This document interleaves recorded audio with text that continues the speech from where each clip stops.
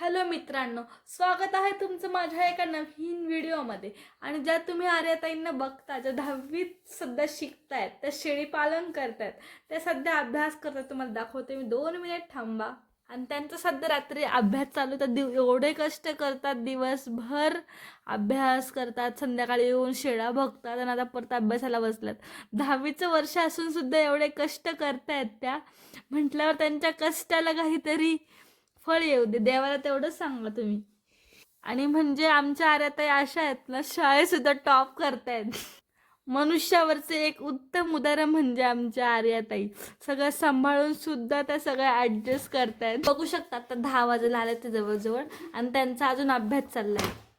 म्हणजे माणसाने कुठपर्यंत प्रगती करावा, आणि मी चढवलं असून मी काही करत नाही. आमच्या आर्याताई बघा किती अभ्यास करतायत. आमच्या आर्याताई खूप गुणी. गाईस, तुम्ही बघू शकता आमची आर्याताई शाळा सुटल्यावर रोज शेळी आणायला जाते. हा तिचा टायमिंग असतो 5च्या नंतरचा. येस. मला शॅम्पू कुठं बोलली तू काय? आणि खरंच मित्रांनो, तुम्हाला मी सांगते, आमची आर्या खूप सारा अभ्यास करते.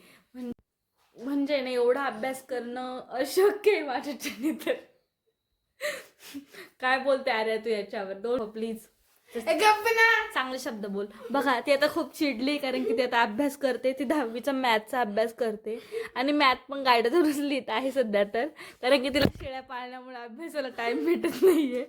अशी आहे आमची शेळी मालकीन बाई, जे की शेळ्यांमध्ये खूप हुशार आहे, पण शाळेमध्ये नॉर्मल आहे. तर सध्या तर ती साधी नॉर्मल स्टुडंट आहे, म्हणजे टॉपर नाही आहे ती.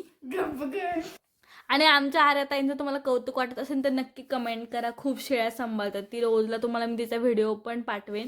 ती रोजला शेळ्या सांभाळून सगळं ऍडजस्ट करते. आम्ही एक व्हिडिओ पण बनवला आहे. खरं तर तिला रानातून शेळ्या आणाव्या लागतात. ही सगळी कामं ती एकटीच करते.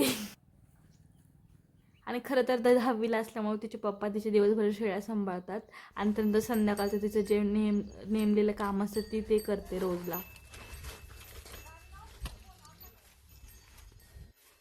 हीच रानातून आणली का ह्या सगळ्या शेळ्यांना तिला गोळा करून गावाकडे आणावी लागते.